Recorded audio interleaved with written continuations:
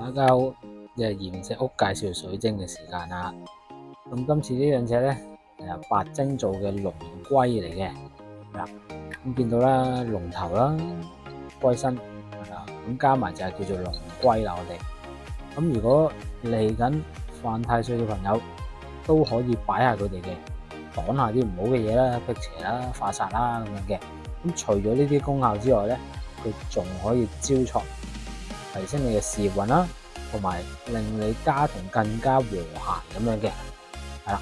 咁因為佢係白水晶做啦，咁仲可以咧淨化下呢個磁場，淨化下呢個空間嘅氣圍啦，所以 OK 嘅，幾好嘅，係啦。都用白晶做係仲好嘅，咁更加啦可以咧轉下運添嘅，咁今日介紹嘅呢隻咧就係叫做龍龜啦，係啦。咁最好咧可以擺一對咁樣啦，一對會好少少啦。